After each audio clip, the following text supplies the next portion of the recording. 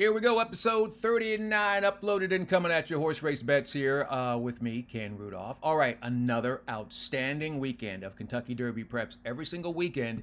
It's really fun to be able to watch these horses kind of develop before your very eyes and accept the next challenge. The next challenge coming up, Grade 2, $1 million Louisiana Derby. Your distance here getting a little bit closer now, 1 mile and 3/16, and it's a really, really interesting field because, well, I'm not quite sure. Well, I actually am. I'm pretty sure there's going to be a little something happening up front as far as the pace is concerned. Take a look at your entries here in a field of 10. I don't expect there to be any scratches, but sometimes you can sort of anticipate one or two, but I feel like we're pretty solid here. Now, here's the thing. 100 points going to the winner. You win this race, you're in the gate for the Kentucky Derby, you're chilling for the next 40 some odd days, just continuing to enhance your fitness, right? Where do we think our speed is coming from? Well, duh. You know for a fact that John Hancock is going to try to get out on top. The question is, who's going to go with that horse? I believe that Furio, the 8 horse, everywhere you see a little red dash, that's where I think the pace is coming from. And then Yinzer, I think, has pace. But the wild card in here as far as keeping them moving, I think Built, who's had a couple of lackluster performances the last 2 times out, I think that Jose Ortiz is going to engage with Built. He's not going to get the lead, but he's going to push it enough. I just need you to push it. Just push it. Just a little bit. And then that will set it up for what I think will be a beautiful, a throwback performance. Do you guys remember a few years ago, Eclipse Award-winning rider Joel Rosario made a decision that he was going to take every single horse that he was riding back, and then he would swoop up and pass. And then more often than not, he would swoop up and he would run second or third. But then there were always those really cool performances where Joel would come from the back of the pack and time it beautifully with a closer and run them down. Well, that's what I'm looking for. Tiztastic gets Joel Rosario in the irons. This horse is a closer, and before I kind of criticized his run, like he doesn't really kick in with a turn of foot. He just kind of grinds and grinds and grinds. But I think he'll have a couple of things in his favor. One, with the 3 or 4 horses that I outlined that are going to be the pace, he should have something to run at. Then he gets the benefit of the long stretch at the fairgrounds, and the combination of those 2 things sets up Tiztastic, and I believe he'll be in the right spot to win the race. Now, the question from that is, what does that mean as far as getting ready for the Derby, right? If Tiztastic wins this race, obviously he qualifies for the Derby and he's in the gate. And he used to be in my top 5, but I got him out of there.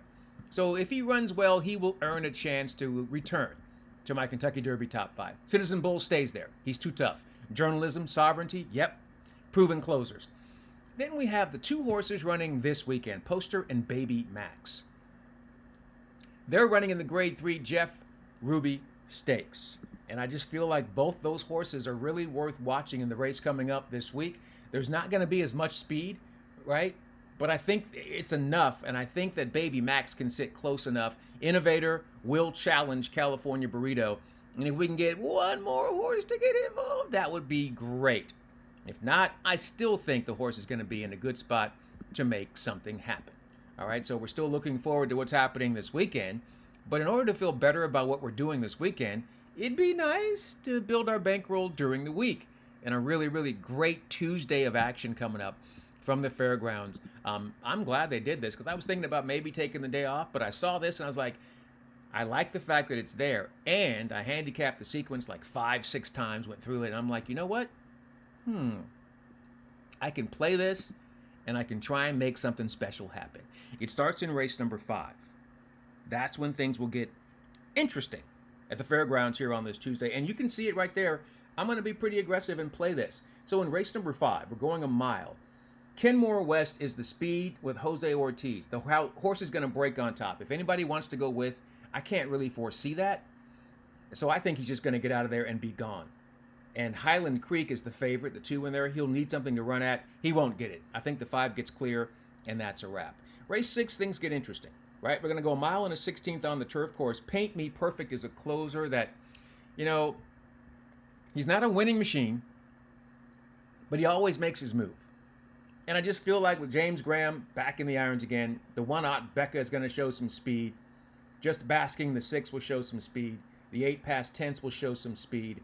That's enough, I believe, to set it up for James Graham. He'll make his move aboard the 3. Paint me perfect. Race number 7, we go to the main track, going a mile, allowance race. Another situation where I think you can single a horse where you take a chance. I will single Native Star, the 3 in here. Morning line 4-1. There's not a tremendous amount of pace, but there's enough for the horse to run at, and I'm going to go ahead and just keep it simple. Right? Race number 8, we go back to the turf, 1 mile. Maiden special weight for 3-year-olds. So here's the thing. Pace-wise, I don't know if there is a lot of pace in here. So the 8, Foligno, puts the blinkers on, and you get Florent Giroux. I think they're going to be much closer, and I think even if they don't get the lead with the 8, they get first crack when they turn for home. Sabretooth is a deep, deep closer that couldn't get it done here on the West Coast. Numerous occasions on the West Coast, beaten favorite. But I just think maybe the change of scenery, longer stretch, and this field is not that strong. I think the 6 could be in the perfect spot, but he'll have to catch the 8, and that might be impossible. Great. So now look at us. We're alive. We're 4 for 4 in the late pick 5. We get to the 5th leg. Oh my goodness, it's so exciting, right? This is the fun time.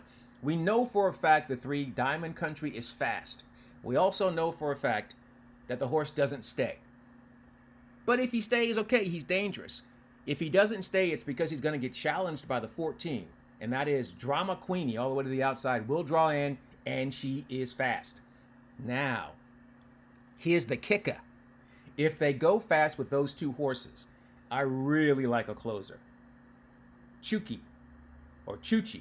It's the 7 in here, and I think that runner's going to be in a great spot to run them down. That's a look at our $5. It's a $5 because I don't need to add any other horses. I don't feel like many other horses have a chance, so I'd be wasting money just trying to cover. I don't want to play like that. So that's what I'm going to do. I'm going to play this. Once again, it's a $5 play. You see those numbers there? 2 times 3 is 6. 6 times 5 is 30. Oh, my goodness. That's the beauty of what we do. First off, it won't take long to find out if we're in the mix. Number 2, if we do hit this today, it takes care of everything that we've lost, maybe in the past month, maybe even more, depending upon if our prices come through. And if we lose, we lost $30. Remember, we only want to play $50 per track per day. I think we're okay here. If it doesn't work out, it doesn't work out. But I feel pretty good about it. I feel pretty good. All right, so that's how we do that. Hopefully when we see you again coming back here on Wednesday, we'll be talking about all the money that we made and getting much closer to kind of finalizing our Derby contenders and getting ready for another weekend of big prep races. So in the meantime and in between time and until next time, I'm Ken Rudolph here on Horse Race Bets. Until then, hey, good luck and enjoy whatever you're into.